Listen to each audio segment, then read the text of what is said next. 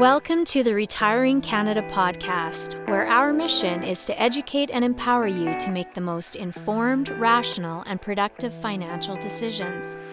Hosted by certified financial planner, author, and chartered investment manager Michael Isbister, you'll go behind the scenes to uncover the tips and strategies to help you invest smarter, optimize your retirement income, and reduce the amount of tax you pay.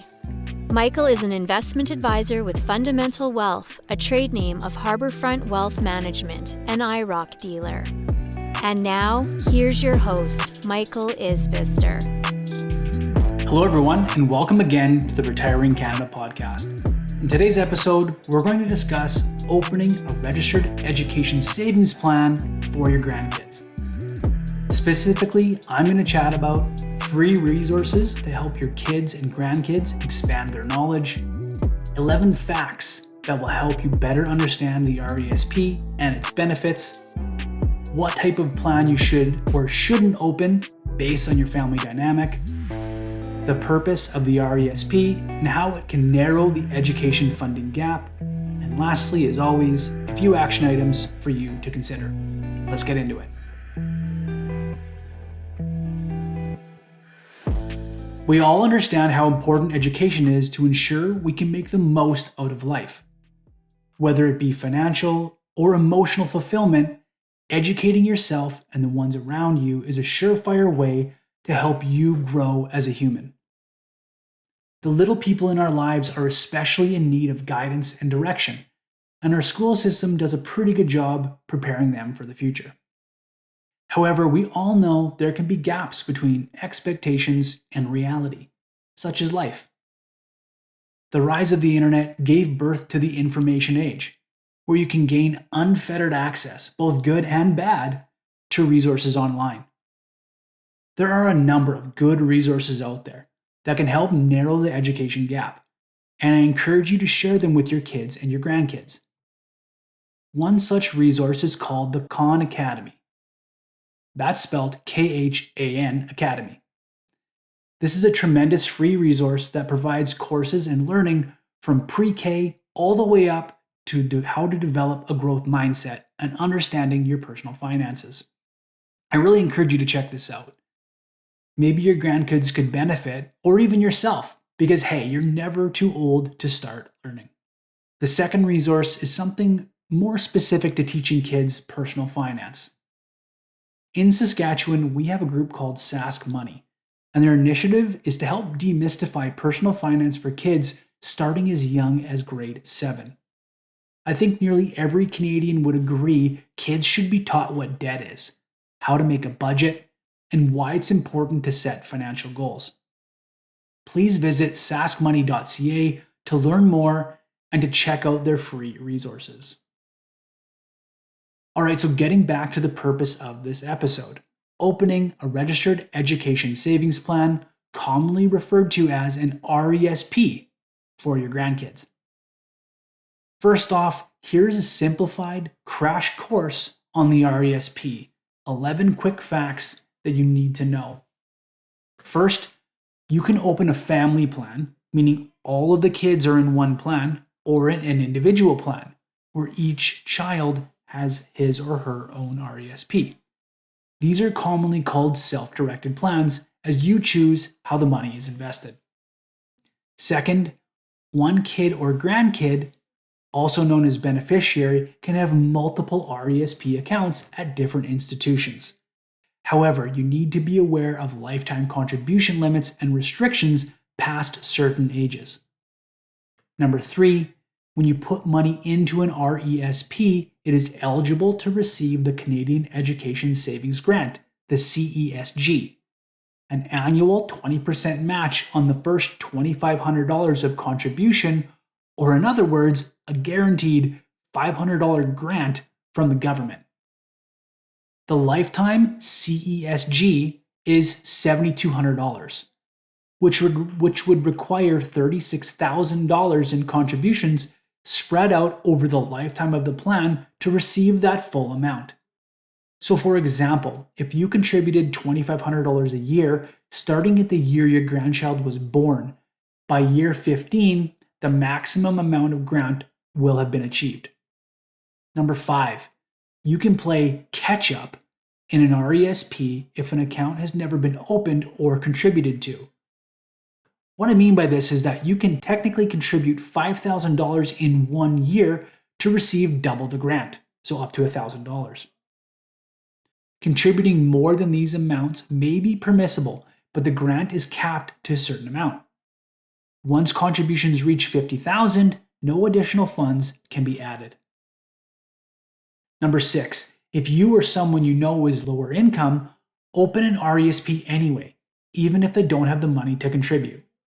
The beneficiary may be eligible to receive the Canada Learning Bond if their household income is below a certain amount. This could provide $500 the first year and $100 each subsequent year to age 15 to a maximum bond of $2,000. Number 7, if one of your kids or grandkids decides in the future not to go to school, grant, income, and contributions may be eligible to move to another kid or grandchild. The same lifetime maximum grant and contribution will still apply, and there may be age restrictions on when you can do this based on the date the RESP was opened. Number 8, an RESP isn't just for university. It can be used for a part-time program in Canada that lasts at least 3 consecutive weeks and not less than 12 hours per month. Full-time, that is at least 3 weeks with at least 10 hours of instruction. And finally, a full-time program outside of Canada with a duration of at least 13 weeks or a 3-week university program. So things like culinary school, alpine school, dance schools, trade schools, and more do qualify as an eligible institution.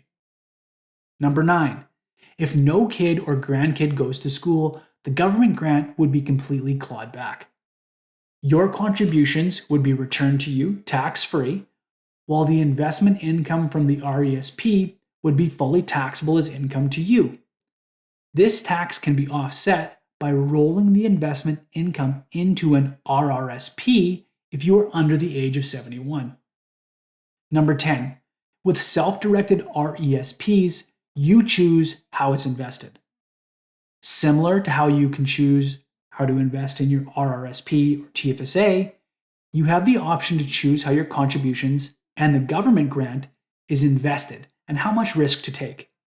So things like GICs, mutual funds, ETFs, stocks, and bonds would be considered qualified investments that can be held in an RESP. Number 11. Lastly, investment growth inside of the RESP is tax deferred, meaning that the money in the account grows tax deferred, compounding while it's in there. When it comes time to withdraw funds for education, you will want to work with a professional to ensure the withdrawals are optimized, as the portion of investment income and grant are taxable to the beneficiary. Now, there are many other nuances and rules that go into withdrawing money, managing taxes, plan termination, choosing investments, and overall management of an RESP, but I won't be covering everything in today's episode. I'm just focusing on the establishment of a plan for a grandchild. Please visit the CRA website by Googling RESP Canada CRA to find out more. All right, now that you have a quick and dirty understanding of the RESP and its benefits, here are your options for gifting money to help your grandchildren's education. First off, you can choose to give your adult children the money with the expectation the funds be put into an RESP. Now, this is by far the simplest solution. You aren't required to complete any paperwork, set up accounts, or choose any investments. If your adult children haven't set up an RESP account yet, encourage them to get one started so your contribution can start. The second option would be to open an individual plan for each of your grandchildren or a family plan that can house all of your current and future grandkids. You need to be careful here if you want to open a family RESP. Although this is the simplest option of the two, grandchildren need to be of blood relation in order to aggregate them into one plan. So for example, If your son has one child from a previous marriage and then becomes common law with a new spouse who brings a child from a previous relationship, you would be unable to group the two children into a family plan as there is no blood relation. The stepchild would need to have been legally adopted by your son in order to be added to a family RESP. Okay, so I'm starting to get into the weeds a bit here, which can happen really quickly with RESPs as they are much more, complicated than your RRSP or tax-free savings account. All right, so if we assume all of your grandkids are blood related, opening a family RESP and naming all of the grandkids as beneficiaries is the simplest option to manage in both the short and long term. It houses all the money in one account and allows you to more easily delegate contribution amounts, manage the investment, add new grandbabies, and move grant around to other grandchildren if needed. Now, in order to get this set up, you will need to visit a bank or a wealth advisor like myself to get it established.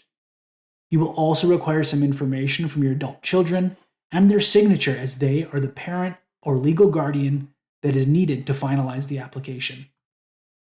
Once set up, you can choose to schedule regular contributions or make lump sum contributions at your convenience.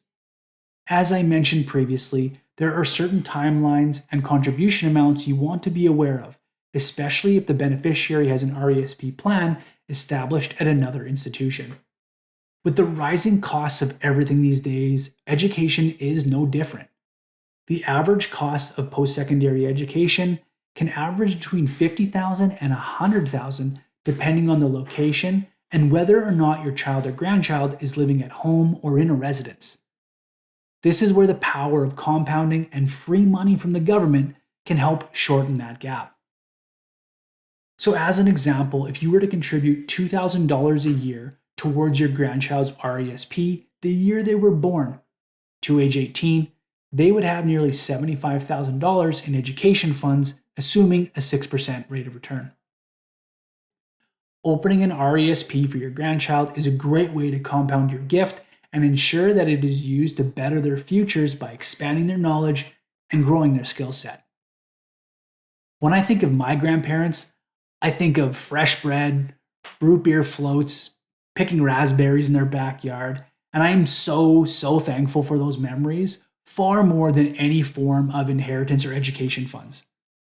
Now, in my scenario, my grandparents didn't have the means to help contribute towards my education. I am forever thankful to my mom and my dad for the sacrifices that they made to ensure that my brother and I could go to school. So mom and dad, if you're listening, thank you very, very much.